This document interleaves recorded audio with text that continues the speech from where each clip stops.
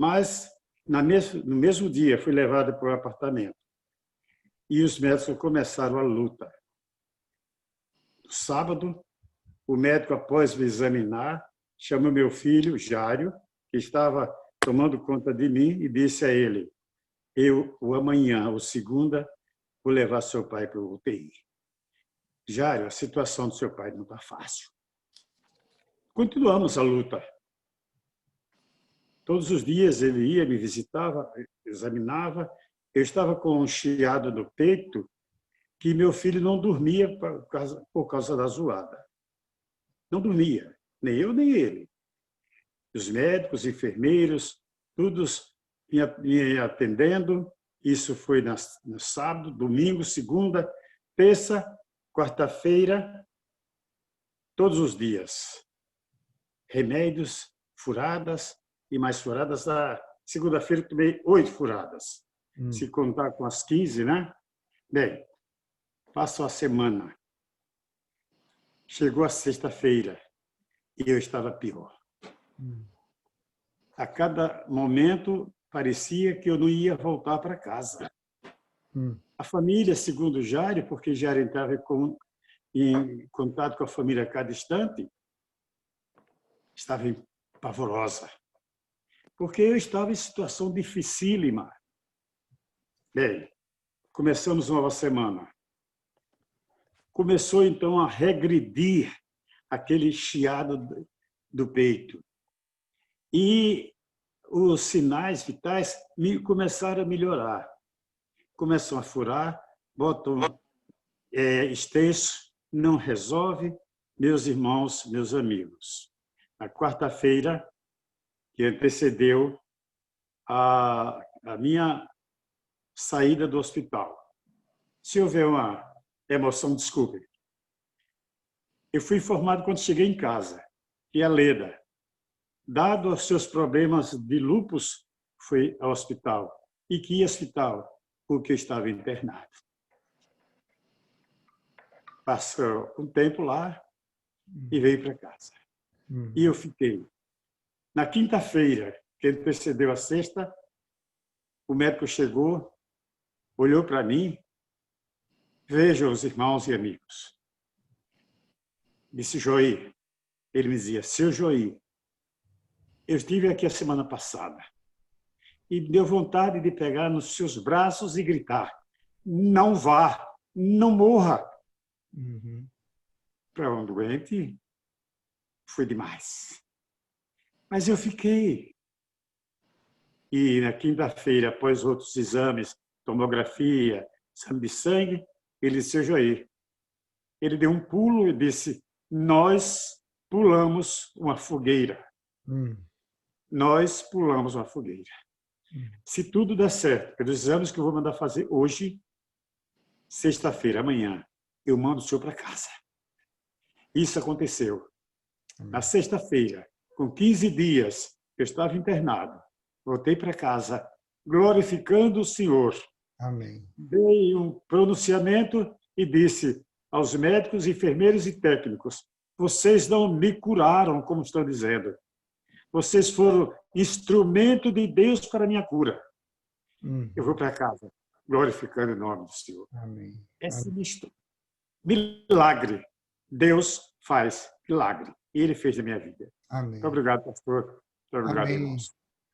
Joir, olha, a gente ficou muito feliz e nós aqui, claro que a sua família toda aí também, os irmãos aí em Aracaju, nós aqui no nosso grupo, orando pela sua vida,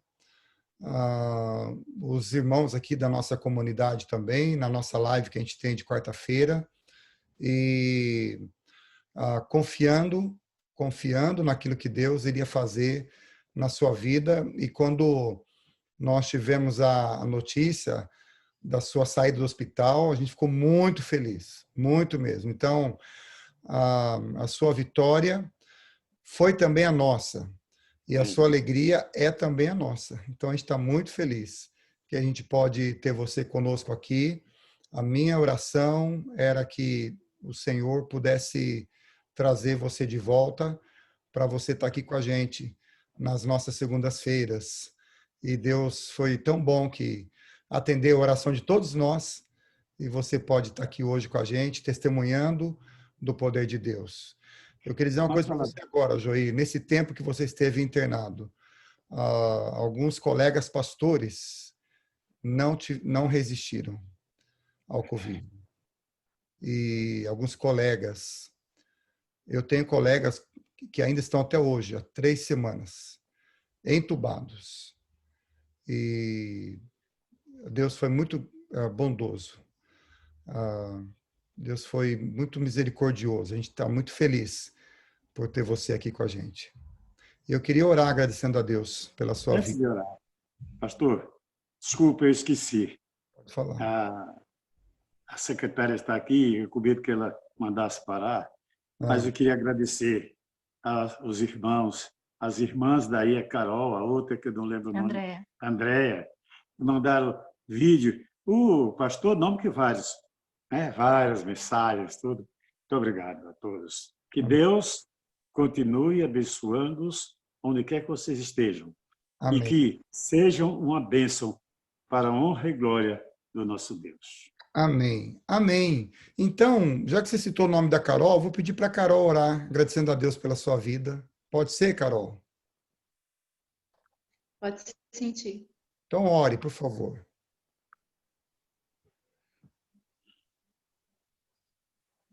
Senhor Deus, meu Pai, nós te agradecemos, Senhor, pelas maravilhas que o Senhor tem feito, Pai, em nossas vidas, ó Pai. Mas também, Senhor, hoje agradecemos, Pai, pela maravilha que o Senhor fez na vida do Joí, Senhor. Agradecemos e te glorificamos, Amém. Pai, cada dia, Senhor, pelas maravilhas que o Senhor tem feito. O Senhor é um grande, ó Pai. Pai, nós agradecemos imensamente, ó Pai, pelo teu amor, pela tua compaixão, Senhor, em nome de Jesus. Amém. Te glorificamos agora e para todo sempre. Amém. Amém. Amém. Amém. Joí, obrigado por esse testemunho maravilhoso que a gente ouviu de você. Deus seja louvado. Amém. Ok. Nós estamos recebendo aqui. Bom, a Joilda saiu e entrou de novo. E agora também a Graziela está chegando aí. Vamos esperar a Graziela chegar. Oi, Graziela. Ei, até aqui em cima. Eu cheguei. Seja bem-vinda, Gra. Nós vamos começar o estudo agora. Nós já ouvimos o testemunho do Joir. Pena que eu perdi. Oi? Pena que eu perdi. Mas nós estamos gravando. Eu não estou conseguindo passar no YouTube, mas eu estou gravando e nós vamos colocar no YouTube assim que terminar aqui, tá bem? Aí você vai ouvir lá o testemunho dele. Deve ouvir, Graziela. Vai ser muito edificada. Amém. Queridos irmãos, nós vamos terminar o nosso estudo hoje. Quem está tratando sobre a maturidade espiritual e maturidade emocional de um líder, de uma pessoa, de um marido, de uma esposa, de um homem, de uma mulher, de um discípulo de Jesus. Então, hoje nós vamos falar dos 2 últimos princípios para que a gente caminhe com uma saúde emocional. Tá bem? Na semana passada, nós começamos a falar sobre o 5º princípio, que é aprenda a lidar com o luto e a perda. Este princípio é uma coisa extremamente importante para a nossa vida. E vocês vão entender por quê ao longo desse estudo aqui. Tá? Sofrimento. As experiências de luto, perdas, tristezas geram pessoas mais compassivas, de um modo geral. A forma como eu lido com as perdas e com as dores está diretamente relacionada à maneira como eu me relaciono com Deus. Se o meu relacionamento com Deus é um relacionamento apenas de troca, de barganha, da teologia da retribuição, então eu terei muita dificuldade de lidar com as minhas perdas, com as minhas dores, sejam elas físicas, emocionais, existenciais, relacionais. Mas se eu me relaciono com Deus de uma forma correta, E se eu entendo que o Senhor é o meu Pai, meu Deus, soberano, criador, o Deus eterno, o Deus que tem propósito para as minhas vidas, que quer trabalhar a minha vida, que quer me fazer mais parecido com Jesus, então provavelmente a forma como eu vou lidar com isso será diferente. Nós já falamos sobre isso semana passada, um pouquinho. Os sofrimentos nos convidam a crescer através deles. Terminamos aqui o nosso estudo semana passada. Então, passos para lidar com as perdas. Antes disso, eu queria falar uma frase do C.S. Lewis.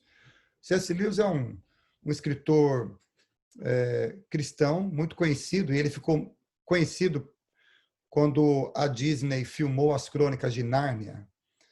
Mas antes disso, ele já havia... Ele tem muito mais coisa escrita. E foi o C.S. Lewis que diz que o sofrimento é o megafone de Deus. Para a gente ouvir a voz de Deus. Às vezes a gente não ouve, Deus fala conosco e a gente não ouve.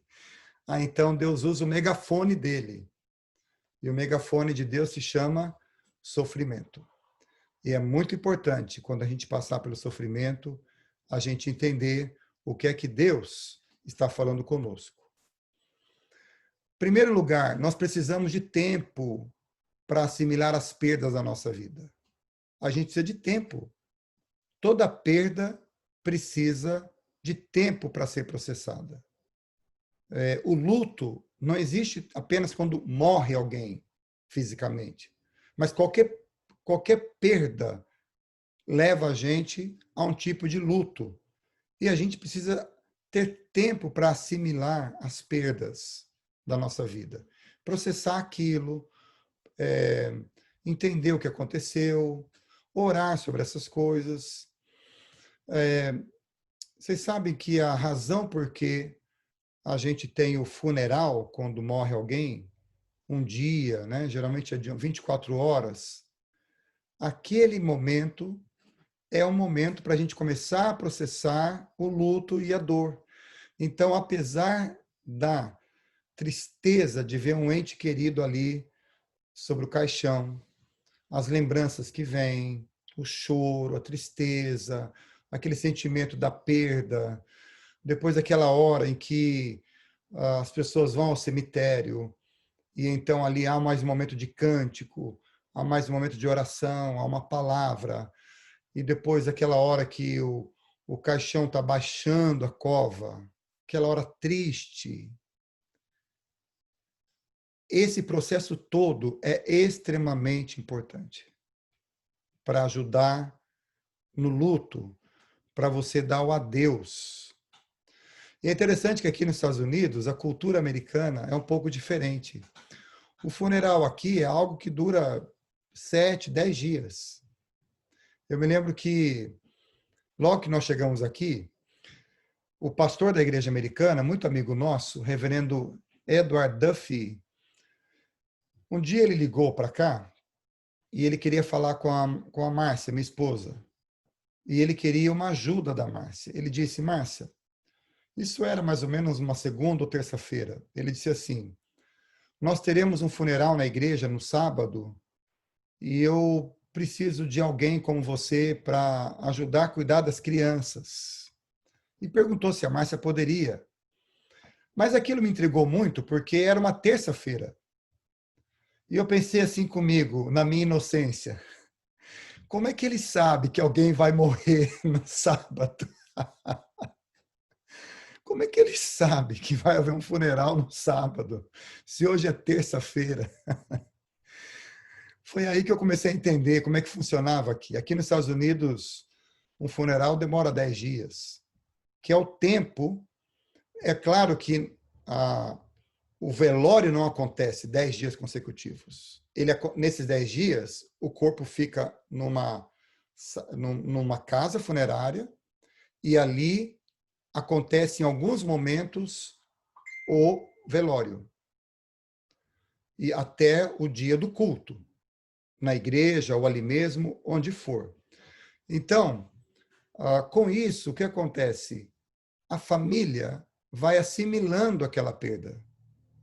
Vai assimilando, é o tempo que eles têm de pensar na morte, o que aquilo significa. Dá tempo Os americanos aqui fazem um coquetel, dá tempo de acabar o funeral, todo mundo vai comer, vai conversar, enfim. Mas isso tudo faz parte desse processo de tempo para aprender a lidar com as perdas da vida. Nós vivemos uma cultura que nega a dor. O próprio Jesus teve que lidar com as perdas e com a dor. Diz o texto bíblico que ele chorou com a morte de Lázaro, ele chorou em Jerusalém e ele chorou na cruz. Jesus teve que lidar com a dor também. Aprenda a lidar com a dor, ou aprenda a lidar com as situações do passado que trouxeram dor a você. A gente precisa aprender a lidar com isso, para resolver aquilo. Se a gente fica evitando a dor, evitando, aquilo vai nos acompanhar sempre. Então, a gente precisa aprender a lidar com aquela dor. Ok, eu estou sentindo isso, então eu vou... Por que eu estou sentindo essa dor? Por que eu estou tendo isso? Por que está me causando dor? Eu vou conversar sobre isso, eu vou orar sobre isso, eu vou ler sobre isso, eu vou compartilhar com alguém, mas eu vou lidar com essa questão. Ok? Segundo lugar, em relação à dor, aprenda a viver as fases entre a dor e a restauração. Para cada pessoa, isso tem um tempo. Há pessoas que precisam de menos tempo, há pessoas que precisam de mais tempo para lidar com essas coisas. Mas cada um tem que aprender a viver as suas fases entre a dor e a restauração. O livro dos Salmos tem um padrão para lidar com a dor. Vou mostrar para vocês aqui qual é. Primeiro padrão, primeiro passo é orientação. Quando nós nos alegramos em Deus, nos alegramos com as suas bênçãos, com a sua bondade, e a gente tem a sensação de bem-estar. Aí vem a segunda fase, que é a desorientação. Tempo de dor, de sofrimento, a gente começa a ter dúvidas, ressentimentos, isolamento, desespero. Meu Deus, será que isso vai passar? Por que está acontecendo? Meu Deus, não estou dando conta. Senhor, eu não estou vendo saída. E é uma fase que a gente acha que a gente não vai superar, que a gente não vai dar conta daquilo. E a terceira fase que a gente conta nos Salmos é a reorientação. É quando Deus quebra a situação, faz surgir uma coisa nova e a gente começa a ver alegria através do desespero. O livro dos Salmos traz esse padrão. Orientação, desespero, reorientação. Vocês podem ver, há alguns salmos que começa o salmista falando da alegria dele em Deus, a satisfação em viver. Depois ele fala daquilo que ele passou, do vale profundo.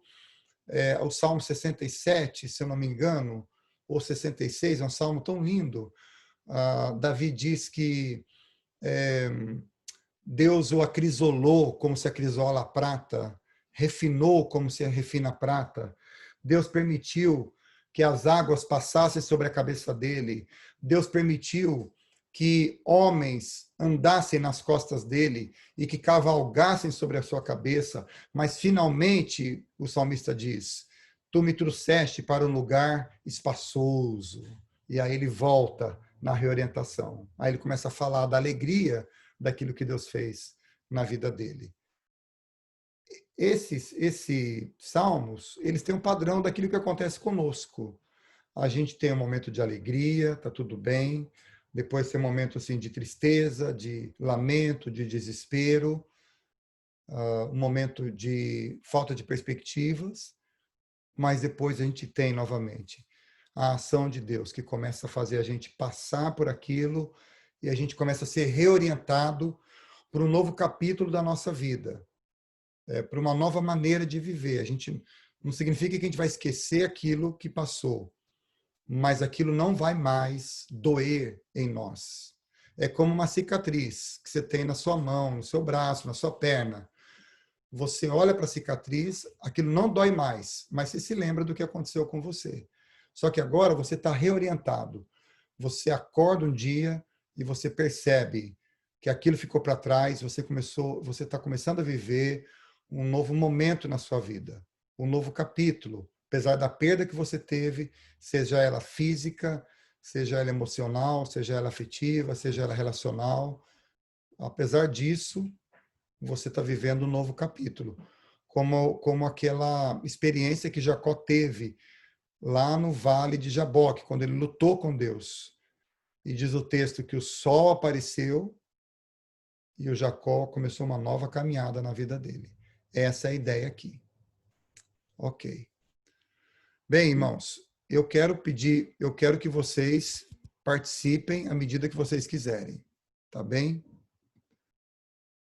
À medida que vocês entenderem que vocês precisam participar, falar alguma coisa, podem falar à vontade. Ok? Vamos lá. O Diego Menezes está entrando aí. Tá bom? Vamos lá. Pense nisso. Muitos de nós passaremos a eternidade agradecendo a Deus por orações que ele não respondeu. Você já pensou nisso ou não? Você já pensou? Eu acho que é chocolate. É de coacionar que saiu. Posso perguntar? Não, desceu, meu amor. Eu tenho visto, na verdade. Alô, quem está aí? É um pirulito gigante. Alô? Muito obrigado, Marcelo. Alô? Diego? Ok, vamos continuar aqui. Você já parou para pensar nisso? Que Deus nos livra, muitas vezes, em não responder à nossa oração? A gente precisa pensar nisso.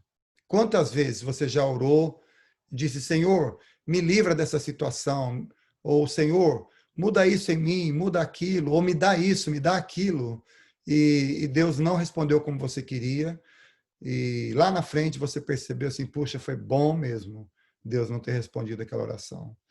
Eu penso na minha vida, às vezes eu penso nisso, Senhor, que bom que o Senhor não respondeu aquela oração que eu fiz na mocidade. Que bom que o Senhor não permitiu determinada situação, determinado relacionamento, determinado trabalho, determinada decisão. Que bom que o Senhor impediu. E eu vejo isso hoje. Acho que essa experiência todos nós temos, não é? Pastor, às vezes Deus faz isso com a gente não entende, justamente para nos dar uma coisa melhor, né? Depois. Sim. Com certeza, Gra. A Com bênção certeza. será maior.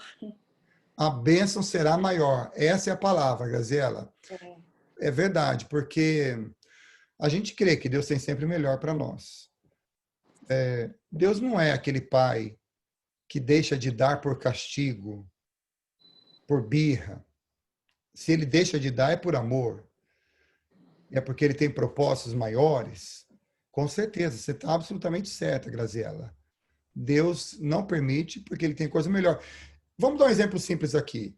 Pensa naquela criança de 5 anos que de Natal pede uma moto para o seu pai. E ele sabe que o pai tem condições de comprar a moto que ele quer. Agora, é claro que o pai, se ele é um homem consciente, ele vai dizer, meu filho, eu vou te dar uma coisa que eu vou gastar 10% do valor da moto. Eu vou te dar uma bicicleta de 4 rodas, que é bem mais barata, inclusive.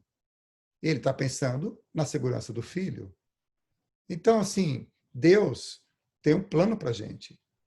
E ele jamais vai permitir que uma oração, às vezes imatura nossa, atrapalhe isso tudo. Deus tem sempre o melhor. Uma outra coisa que a gente precisa pensar: os piores eventos da nossa história, que não entendemos, fazem parte dos planos eternos de Deus.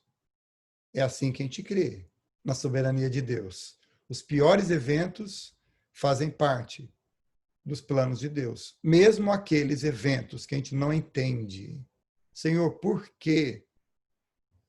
Tava tudo indo tão bem, estava tudo dando tão certo, estava tão claro que ia ser bom. Por quê? Deus sabe.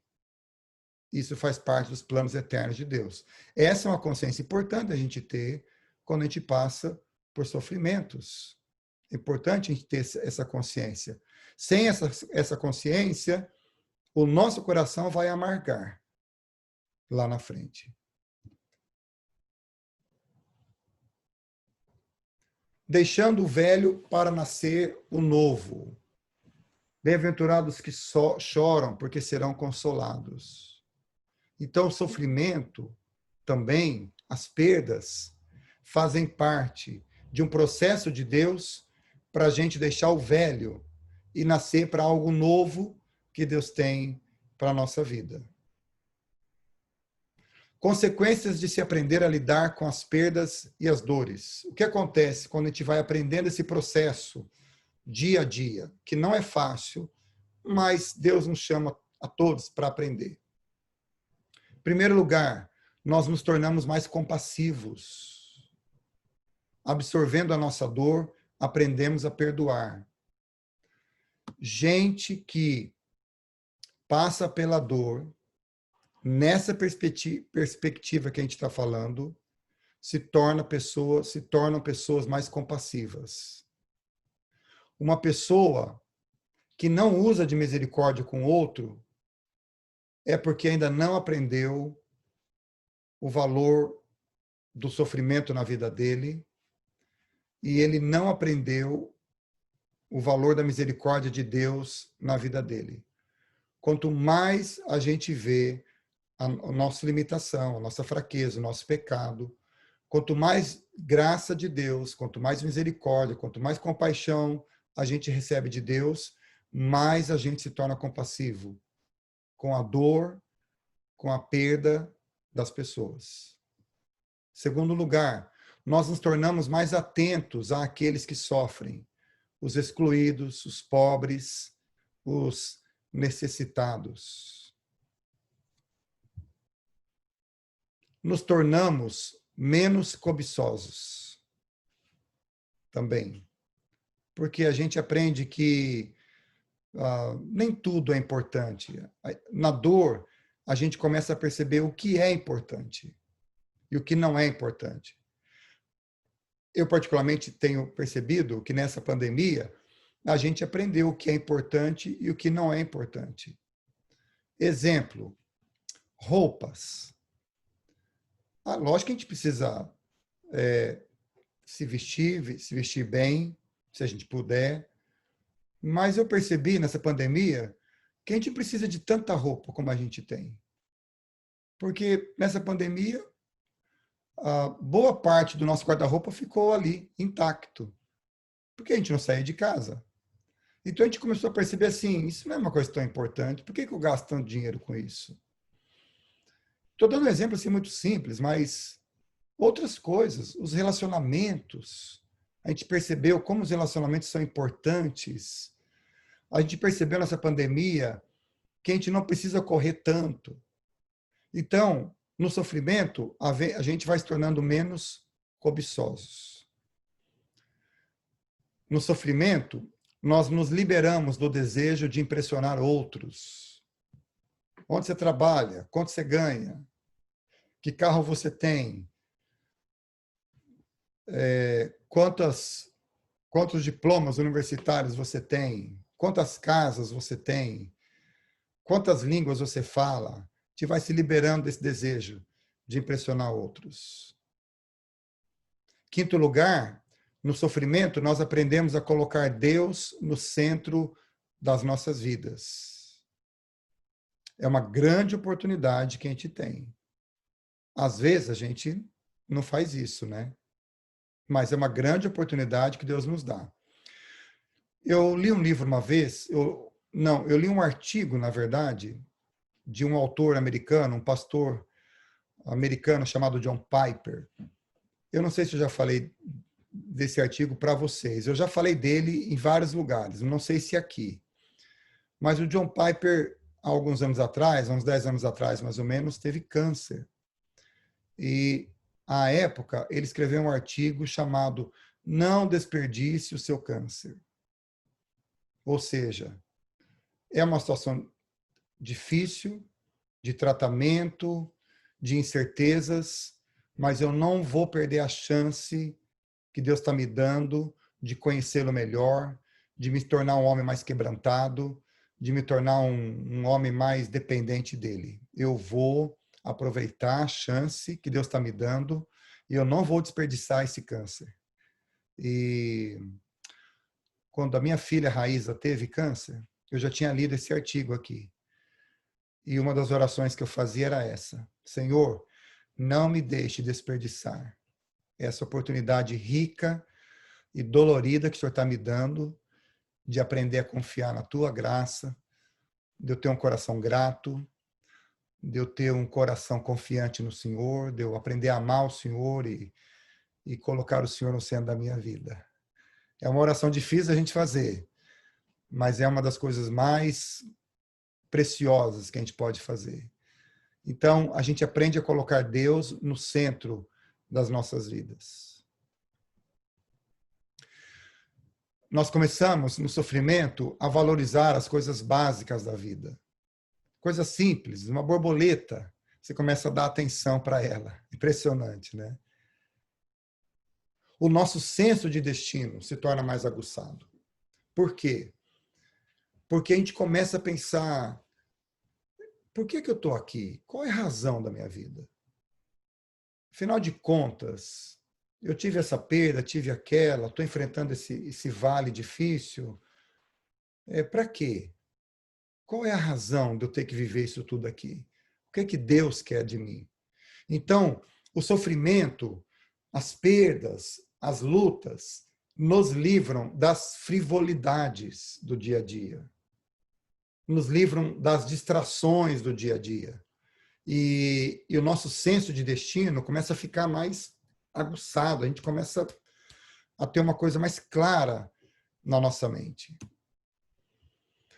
Nos tornamos menos medrosos e mais corajosos para correr riscos, porque a gente aprende a depender de Deus. E a gente se torna assim menos medroso no sentido assim: meu Deus, se eu errar, como é que vai ser? O que as pessoas vão falar de mim? O que elas vão pensar de mim se eu errar? A gente começa a não ter mais esse receio, sabe? Você começa a ser o que você é. Você começa a ter coragem para fazer aquilo que você entende em Deus que você tem que fazer, sem se importar com o que os outros vão pensar, vão dizer, se você vai errar, se você vai ter que começar de novo, não tem problema. A gente começa a correr riscos por causa das lições que a gente aprende no sofrimento. Nos tornamos pessoas mais amáveis, mais ternas, e entendemos que o que nos liga como seguidores de Jesus, na igreja, na comunidade, são as nossas fraquezas. São as nossas fraquezas que nos ligam uns aos outros como seguidores de Jesus.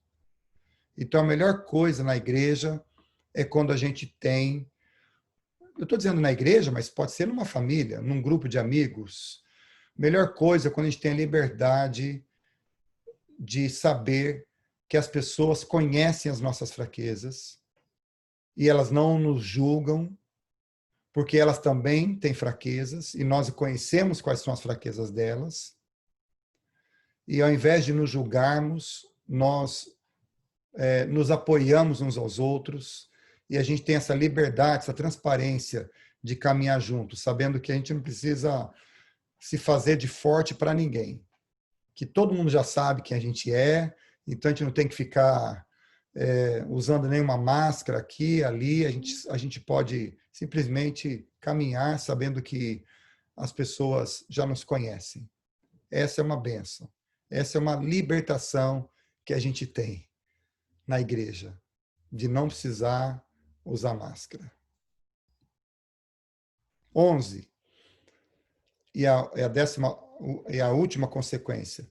Nós começamos a entender o que significa ser peregrino aqui.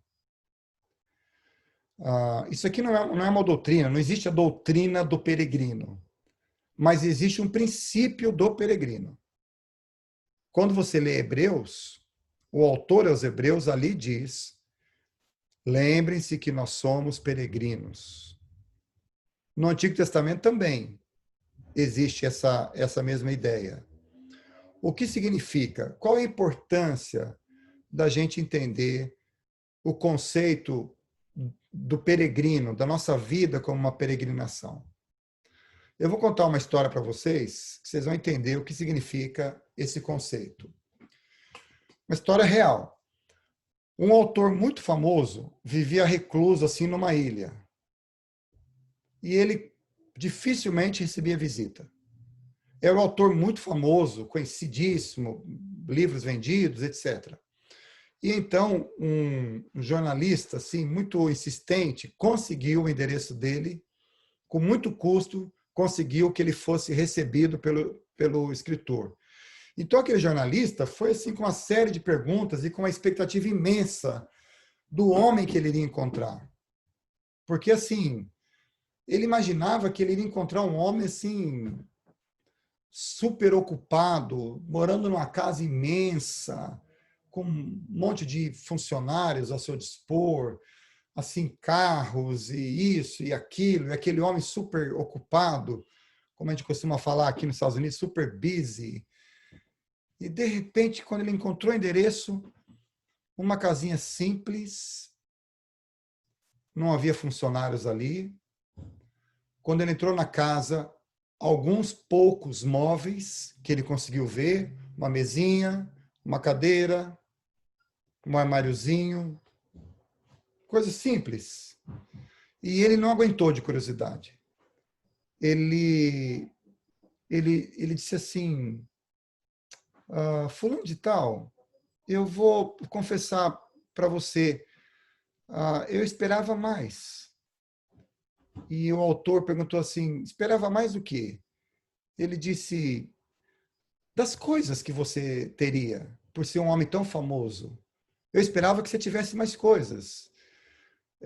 E aquele homem respondeu assim para ele, você concorda que a gente está aqui nessa vida de passagem? E ele disse, concordo, nós estamos aqui de passagem, nós somos peregrinos aqui nessa terra. E aquele autor disse assim, então, por isso. É por isso que eu só tenho isso. Nós estamos de passagem aqui. Nós somos peregrinos. Então, quando eu li essa história, isso me ajudou a entender o conceito de peregrino. Se nós estamos de passagem, se a gente crê que a nossa pátria não é aqui, por que é que nós vamos criar raízes aqui? Por que é que a gente vai correr, se matar, para tentar fincar raízes aqui? Como se aqui fosse a terra da nossa eternidade. Há muitos crentes que vivem nesse mundo como se daqui eles não fossem sair nunca mais. E se frustram, entram em depressão, entram em desespero, porque eles acham que aqui é o lugar deles. E a gente precisa lembrar que nós somos peregrinos. O que não significa que a gente não deve fazer o possível para melhorar o ambiente que a gente está. Para melhorar o ambiente, para impactar a sociedade, para ser sal e luz onde a gente estiver, em todos os aspectos, educacional, político, econômico, enfim. Mas precisamos lembrar disso, que nós somos peregrinos aqui nessa terra. Foi John Wesley, o fundador do metodismo, que disse, um pouco antes de morrer, se quando eu morrer, na minha conta ou na minha bolsa, algum lugar, vocês encontrarem algo que seja maior do que 25 centavos, mais ou menos isso, 25 centavos de dólar, vocês, por favor, tirem o nome de cristão do meu túmulo. Então é isso, nós somos peregrinos e é o sofrimento que ajuda a gente a entender isso. Amém? Amém até aqui? Alguém gostaria de fazer algum comentário? Eu falei bastante para a gente terminar esse penúltimo item, mas se vocês quiserem fazer algum comentário, fique à vontade.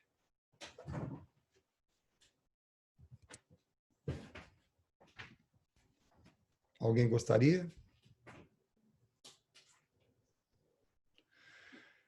Eu vou ler alguns comentários aqui que o pessoal está fazendo. Deus nos dá livramento ou precisamos amadurecer para receber? A Carol falando sobre sofrimento. a Joilda escreveu: a centralidade de Deus em nossas vidas é fruto do reconhecimento da nossa impotência. Isso aí, Joilda. É isso aí. Ok. Podemos continuar para o último item? Vamos prosseguir? Então vamos lá. O último princípio para nós vivermos uma vida de maturidade emocional e espiritual é o princípio da encarnação. Faça da encarnação o seu modelo de vida para viver bem. Isso é uma coisa muito importante. Eu coloquei aqui essa foto de uma menininha num sapato grande, porque aqui nos Estados Unidos o ditado é: se você quer conhecer a realidade de uma pessoa, você precisa andar nos sapatos dela. Dizem que esse é um ditado indígena, mas é um ditado muito conhecido aqui nos Estados Unidos. Se você quiser conhecer a situação de uma pessoa, você precisa andar nos sapatos dela. É isso mesmo? Aqui, a Graziela, que mora aqui, a Rosélia, esse é o ditado, né? Estou falando certo aqui? Tem assim, pastor. É esse mesmo. É. Então, vamos lá. Bom, vocês já sabem disso. Jesus é o nosso maior e mais importante e mais completo modelo de encarnação. É o mais completo. Quando diz lá em João capítulo 1, e o Verbo se fez carne e habitou entre nós, verbo, ele estava se referindo a Jesus, e ele usa a palavra verbo, porque verbo, o Evangelho de João foi escrito para os gregos. E o verbo, que no grego é o logos, para o grego, logos significava a centralidade de tudo que existia. Logos era o responsável pela criação e pela manutenção de tudo que existia. Então, como João escreveu o Evangelho para os gregos, ele começou usando uma expressão, uma das expressões mais importantes que os gregos conheciam, que era o logos. Ele disse, no princípio era o logos, e o logos estava com Deus, e o logos era Deus. E o logos se tornou carne e habitou entre nós. A palavra habitou, no grego, é tabernaculou, ou seja, Deus montou o tabernáculo dele, montou a tenda dele entre nós. Ou seja, ele veio de uma forma completa para morar entre nós. Então, Jesus é o nosso maior e mais importante modelo de encarnação. A encarnação é o único caminho para a gente amar uns aos outros. Se a gente não se colocar no sapato do outro, a gente vai ter dificuldade de entender e amar a outra pessoa. O fato de Jesus ter se encarnado fez com que ele sentisse na pele dele aquilo que as pessoas sentiam. Então, Jesus sentiu na pele aquilo que a gente sentia. Ele sentiu fome, sentiu sede, sentiu injustiça, sentiu indignação, sentiu solidão, sentiu tentação. Então, ele sabe, por isso que diz lá em Hebreus, ele sabe o que a gente passa. Por isso ele é o sumo sacerdote, que em tudo nos entende. Porque ele passou tudo que nós passamos sem pecar. Por isso ele pode compreender as nossas dores. Por isso que diz lá em Hebreus, aproximemo-nos com ousadia do trono da graça, para encontrar graça e socorro em tempo oportuno. A liderança relacional é aquela que enxerga Deus no outro. O líder é primeiro chamado a amar, para depois treinar pessoas. A gente chama isso de liderança relacional. E eu sempre me lembro, quando eu falo disso, do teste que Jesus fez com Pedro, lá em João capítulo 21, naquele diálogo com Pedro, depois da ressurreição. Vocês lembram daquele texto? Jesus já havia ressuscitado, já havia aparecido para os discípulos tinham ido pescar, e Pedro disse, vou pescar, os outros também foram. Aí, no meio da pescaria, eles viram um homem lá na praia, tinha uma fogueira acesa, e o João olhou, o discípulo olhou, e eles falaram, gente, é o Senhor que está ali. Aí é o Senhor, não é o Senhor. Aí quando Pedro olhou direitinho, Pedro viu que era o Senhor, aí ele pulou para a água porque ele estava nu e ficou todo acanhado porque ele havia negado Jesus. Aí então Jesus disse, vocês têm alguma coisa para comer aí? Aí trouxeram peixinho para eles, então comeram peixe e tal. E imagino que Pedro estava assim, muito sem graça, muito constrangido, porque ele ainda não havia conversado com Jesus, depois do que havia acontecido antes da crucificação de Jesus. Aí chegou a hora. Acabou o jantar, um foi para cá, outro foi para lá, Pedro talvez tentando se esgueirar. Aí Jesus disse, Pedrão, vem cá, vamos ali na praia. Vamos ali perto do mar, conversar um pouquinho. Aí provavelmente Pedro pensou, agora o Senhor vai me pegar de jeito, né? Agora eu vou ouvir um sermão de Jesus. Provavelmente Pedro. Eu pensaria isso, se eu fosse Pedro. Então, Jesus chama Pedro de lado e ele só faz uma pergunta para Pedro. Pedro, você me ama? E ele fez essa pergunta 3 vezes para Pedro. Do mesmo jeito que Pedro negou Jesus 3 vezes, 3 vezes Jesus perguntou se Pedro o amava.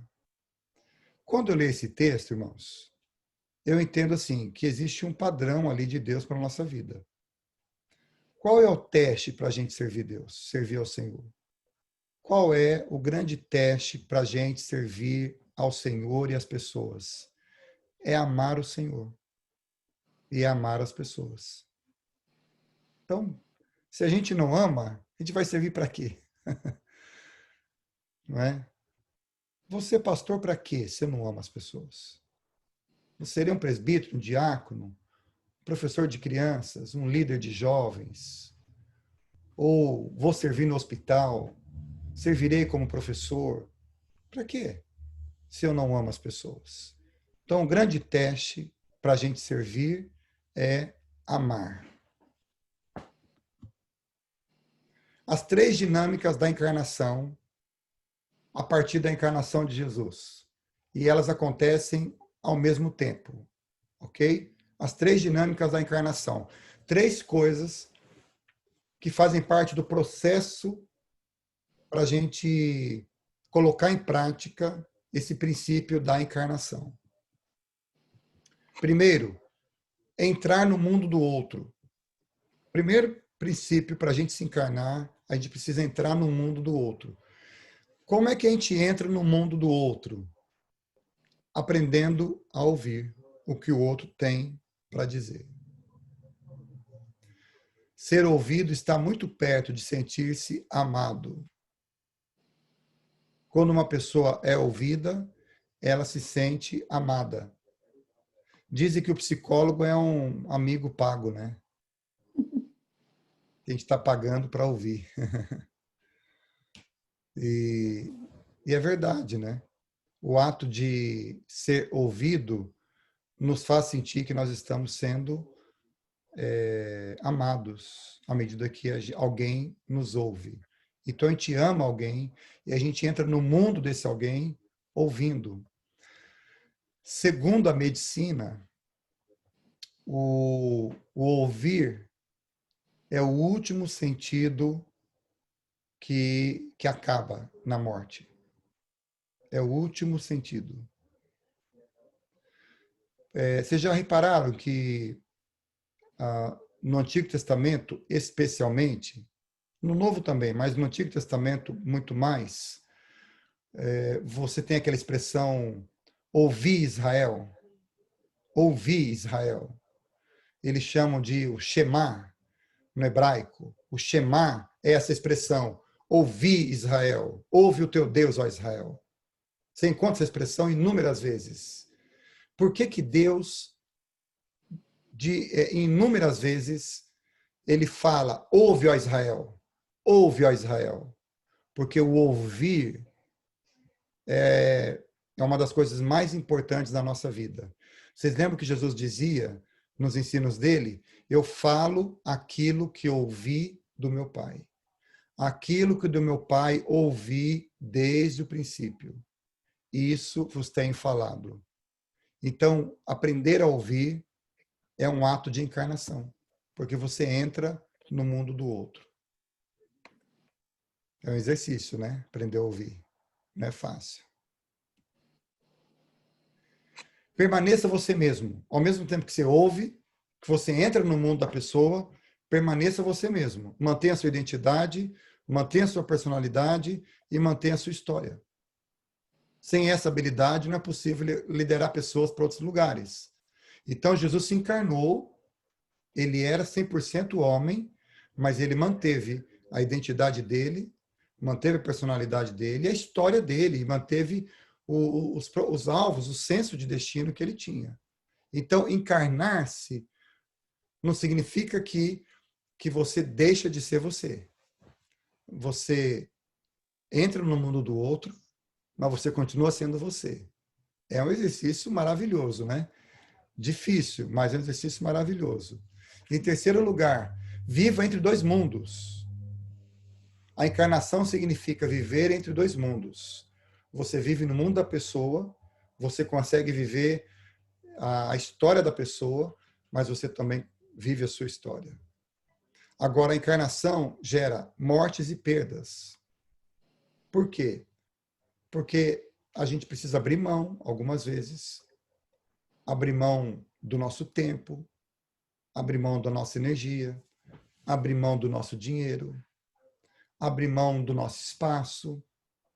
Então, a encarnação gera mortes e perdas.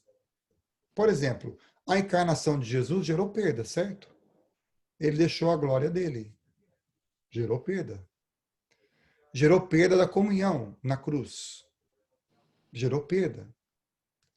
Gerou cicatrizes em Jesus, não gerou? Quando ele mostrou as cicatrizes para Tomé. Então, a encarnação gera mortes, gera perdas. A gente precisa estar disposto a isso. João 12, 24. Se o grão de trigo caindo na terra não morrer, fica ele só, mas se ele morrer, ele produz muitos frutos. A encarnação demanda uma ruptura com o nosso ideal de um mundo sem riscos. Toda vez que você se encarna e entra no mundo de alguém, você corre riscos. O risco de ter cicatrizes, o risco de perder, o risco de chorar, o risco de não ser compreendido, como Jesus não foi, o risco de ficar solitário, como Jesus ficou algumas vezes. A gente corre riscos. Por quê? Porque a encarnação é basicamente amar. E toda vez que a gente ama, a gente corre riscos. Certo? Amar é um risco. Porque você corre o risco de não ser amado, de não ser correspondido. Você ama e pode não ser amado. Você confia e pode não ser... A pessoa pode não confiar em você. Você fala a verdade, mas a pessoa pode não falar a verdade para você. Tem até uma história interessante que, com Santo Agostinho, uma vez os alunos dele quiseram pregar uma peça nele. Contaram uma mentira para ver se ele caía. E disseram assim, chegaram na sala dele, ele estava estudando, disseram, mestre, o prédio da biblioteca está pegando fogo, vamos lá, me ajuda a gente aqui. E o Agostinho saiu correndo apavorado para ver o que estava acontecendo, chegou lá, era tudo mentira. Estava todo mundo rindo dele, porque ele tinha caído naquela mentira. Aí então Agostinho falou assim, eu prefiro cair numa mentira e ser alvo da zombaria de vocês por acreditar em vocês, do que ter o coração gelado e não acreditar no que vocês estão me falando. Eu prefiro fazer papel de bobo acreditando em vocês, o Agostinho falou naquele dia. Toda encarnação resultará em vida e frutos, em nós e na vida do outro. Lembra do grão de trigo. Se ele não morrer, fica ele só, mas se ele morrer, produz muito fruto. Na encarnação, somos transformados e melhorados. Jamais seremos os mesmos novamente. O maior sinal de maturidade espiritual é o amor. Coríntios 13, né? Paulo deixa bem claro isso aí. Ainda que eu dê o meu corpo para ser queimado, dê os meus bens aos pobres, se não tiver amor, nada serei. Vamos concluir? Finalmente? O nosso alvo, perseguir a saúde emocional. Esse é o nosso alvo. E eu quero dizer novamente, então, não existe maturidade espiritual sem maturidade emocional. As duas coisas caminham juntas e o nosso alvo, como filhos de Deus, é alcançar, perseguir a saúde emocional e a maturidade espiritual. Esse é o alvo e foi isso que eu tentei mostrar para vocês com esse estudo, irmãos. É isso. Eu quis colocar aqui os créditos. Esse estudo está baseado no livro A Igreja Emocionalmente Saudável. Disse para vocês desde o começo, né? É isso aí. Ok, queridos irmãos, vamos para as nossas considerações finais. Queria ouvir vocês agora. Nós temos uns minutinhos ainda. Hoje a gente correu um pouquinho, porque a gente precisava terminar esse tema. Mas eu quero ouvir vocês agora. O que significou para vocês o tema que a gente estudou? Vocês poderiam compartilhar, assim, em rápidas palavras, por favor, para eu ter um feedback de vocês?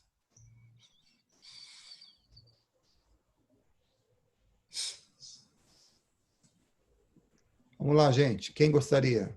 Quem quer começar?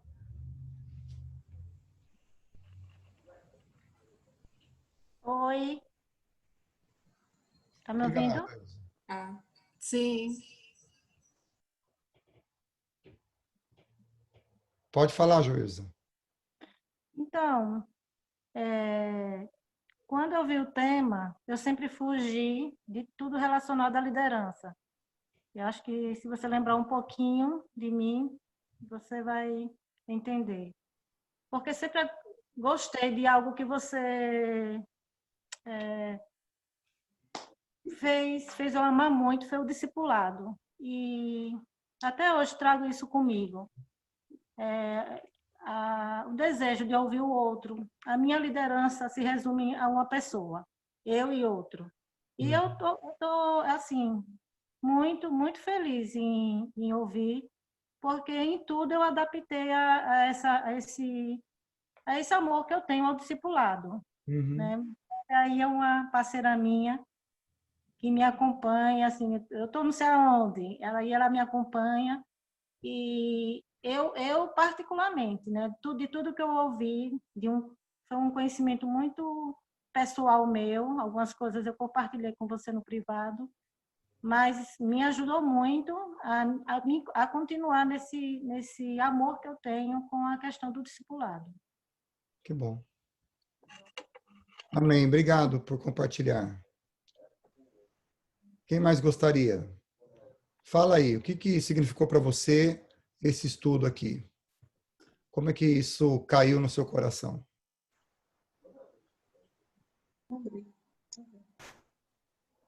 Luiz, pastor Luiz, veja,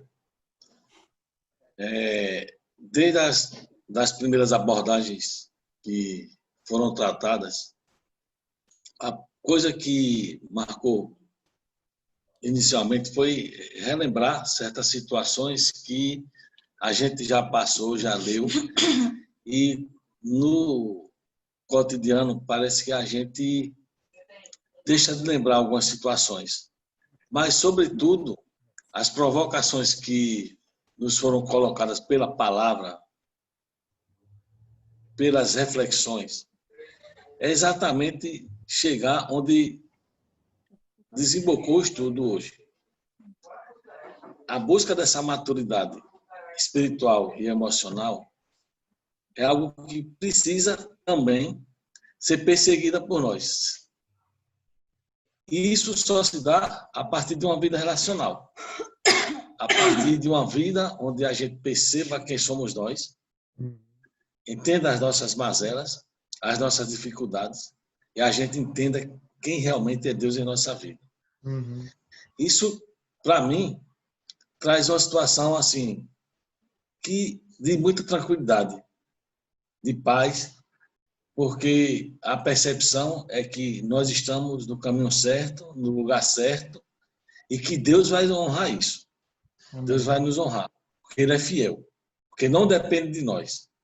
Uhum. E eu agradeço muito pelo seu desempenho, eu agradeço pela abordagem.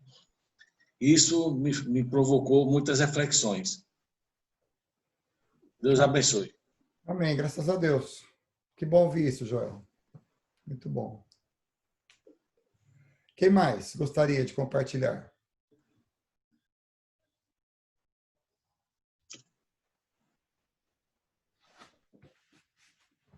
Oi, Oi, quem é? sou eu, Joilda. Diga lá, Joilda. Eu, sinceramente, eu fui, abro a minha câmera para olhar para você, impactada. Eu sabia que estava acontecendo os estudos bíblicos e minha família falava, as meninas falavam, mas eu não estava com vontade. Ferida e fiquei na toca. E a semana passada, eu de repente aqui lembrei e coloquei, e fui impactada com a palavra. Eu sei que isso não é de você, nem desse grupo, mas é aquilo que o Senhor tem preparado para cada um que está aqui. Eu creio nisso. E fui abençoada. Tive uma noite tranquila e disse no outro dia para Diego, que está aqui, você precisa ouvir isso, você precisa ouvir o que Deus falou, o que está sendo, o que está acontecendo na segunda-feira à noite, né? E esse momento aqui de cura é um momento que o Senhor tem usado você como instrumento para isso. Eu estava longe de imaginar que alguém lá no outro lado do oceano tivesse aqui ministrando na minha vida, dentro da minha casa. E foi abençoador. Né? Quero fazer isso durante a semana, impactar, também sensibilizar outras pessoas a estar aqui nesse momento, ouvindo o que Deus tem para nós através desse grupo. Amém. Deus continue lhe dando estratégias de alcançar e abençoar a igreja. Amém. Graças a Deus. Ainda pegando o gancho da Joilda, só um minutinho que eu sei que outras pessoas vão querer falar. Pode falar. Especialmente, você conhece o momento que nós estamos vivendo. E, rapaz, é uma coisa maravilhosa isso que está acontecendo conosco. Agora, especialmente para mim, porque muitas coisas que foram colocadas aí, coisas que conceitualmente a gente admite, mas a ferida precisava ser tocada, precisava ser passar o remédio causador para a gente refletir e reafirmar o valor do reino é assim mesmo. É desse jeito. Eu fico feliz por isso, porque nós temos caminhado, algumas igrejas, Deus tem falado, mas de forma muito específica, Deus tem te usado para falar ao nosso coração. Amém. Graças a Deus. Amém. Fico feliz de ouvir isso. Fico feliz de poder saber que Deus tem trabalhado a vida de todos nós e eu faço parte disso e posso também fazer parte desse projeto de Deus na vida de vocês. Para mim é uma alegria. E feliz também porque eu tenho sido abençoado aqui com a vida de vocês. Vocês podem ter certeza disso. Acho que quem tem mais expectativa na segunda-feira do estudo sou eu mesmo. Alguém mais quer falar? Existe esse livro já traduzido em português? Existe. Inclusive com guia de estudo, já existe. Pode procurar, eu vou tentar ver, eu mando para vocês aí no grupo. viu? Ok. Bem, temos mais uns minutinhos. Se alguém mais quiser falar, fique à vontade. Senão, nós vamos encerrar. Ok? Bem, nós ficamos mais tempo... Eu acho que esse estudo foi o que tomou mais tempo nosso. Nós tivemos 4 segundas-feiras, se eu não me engano, porque ele é um estudo mais longo e são muitos slides, tanto que eu mandei para vocês em 3 blocos no e-mail de vocês, exatamente porque ele é mais pesado, o arquivo ficou mais pesado. Mas eu espero que vocês tenham aberto, vocês têm no e-mail de vocês podem estudá-los novamente, repassar o jeito que vocês quiserem, ensinar outras pessoas com isso aqui, como vocês quiserem, tá bom? Ok. Segunda-feira que vem, nós vamos tratar de pós-modernidade, tá bom? É um tema bem diferente, né? E nós vamos sair um pouco desse tema aqui. Nós tratamos bastante sobre a questão da saúde emocional. A gente pode voltar nesse tema. Há muita coisa para ser falada sobre esse assunto aqui, mas eu quero dar um descanso para vocês desse assunto. E a gente vai tratar sobre pós-modernidade, que é um assunto fantástico. O que é que a gente tem a ver com a pós-modernidade? De que maneira isso tem influenciado a nossa vida com Deus, os nossos relacionamentos, o nosso estilo de vida? E qual a resposta de Deus para a pós-modernidade? É um assunto muito interessante, eu estou preparando aqui para segunda-feira que vem a gente conversar sobre isso. Esse foi um tema que eu já tinha no meu coração e a Carol sugeriu também. Carol sugeriu, tio, vamos falar sobre esse assunto um pouquinho e tal. E eu falei, bom, fiquei bem encorajado para tratar dele. Se você tiver um tema que você gostaria que a gente conversasse aqui na segunda-feira, pode ser o tema que você quiser, certo? Que seja possível a gente tratar, a gente vai tratar. Então, se você tiver uma indicação, uma sugestão de um assunto, de um tema, seja ele qual for, você pode sugerir aqui, sugere no grupo, no WhatsApp, tá bom? Manda um e-mail para mim, um WhatsApp para mim em particular, se quiser, ou coloca no grupo, faz a sugestão que você quiser, algum assunto que você acha que vai ser importante todos participarem, que vai ser uma coisa relevante e abençoadora. Ok? Tá bem. Ok, irmãos. Então, nós vamos encerrar esse estudo. Eu vou fazer o upload dele, vou colocá-lo no YouTube daqui a pouquinho, para vocês terem lá. Tá bem? Ok. Rosélia, você pode orar para nós encerrarmos o nosso estudo de hoje, por favor? Senhor Deus, Pai de amor, eu te agradeço, ó Pai, por esse momento que estivemos aqui, ó Pai, para aprender mais um pouco de Ti. Te agradeço, ó Pai, que o Senhor tem usado a vida do pastor para nos conduzir, nos esclarecer coisas que precisam ser guiadas e levadas por Ti na nossa vida, ó Pai. Que a saúde emocional da nossa vida seja uma saúde sadia, que o Senhor seja o centro da nossa vida, ó Pai. E que nós sejamos direcionados, ó Pai, a Tua luz, ó Pai. E que possamos estar sempre levando a Tua palavra, ó Pai. E que o Senhor possa resplandecer em nós para que as pessoas possam ver a diferença de ter uma vida sadia e guiada e centralizada em Ti, ó Pai. Te agradeço por tudo que tem feito por nós e que o Senhor continue, ó Pai, iluminando a vida do pastor para que ele possa, ó Pai, ser bênçãos não só na nossa vida, mas para onde que ele for, ó Pai, que ele possa ser luz para as pessoas que estão andando nas trevas, ó Pai. Essa oração que eu faço em nome do Seu Filho amado Jesus. Amém. Amém. Amém. Amém. Irmãos, estou muito feliz por estar aqui com vocês, por ter esse grupo de estudo bíblico. É uma alegria para mim poder estar aqui com vocês. Deus abençoe vocês.